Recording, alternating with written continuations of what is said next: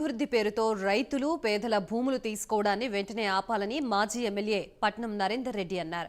దుద్యాల మండలంలో హకీంపేట్, పోలేపల్లి, కూడల్లో భూ బాధితులు చేపట్టిన ధర్నాకి మద్దతు తెలిపారు. పేదల భూములు తీసుకోకుండా ఎటువంటి నష్టం లేని చోట కంపెనీలు పెట్టి యువతకి ఉద్యోగ ఉపాధి అవకాశాలు కల్పించాలని డిమాండ్ చేశారు.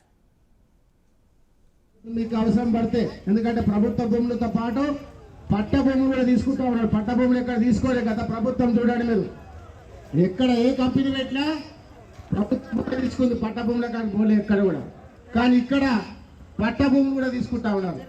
పట్టం కాబట్టి మీ అందరం కూడా అవసరం అనుకుంటే లీగల్గా ఒక పార్టీ తరఫున అడికేట్లు పెట్టి కూడా పోరాటం చేస్తాం. మీకు అందరూ కూడా మీ అందరూ కూడా ఐక్యమత్యంగా ఉండండి.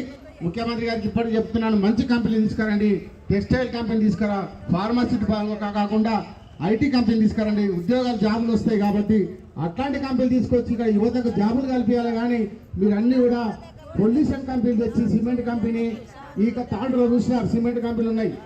మొత్తం భారతదేశంలో ఎక్కువ పొల్యూషన్ ఏడిందంటే తాండూరులో ఉంటుంది.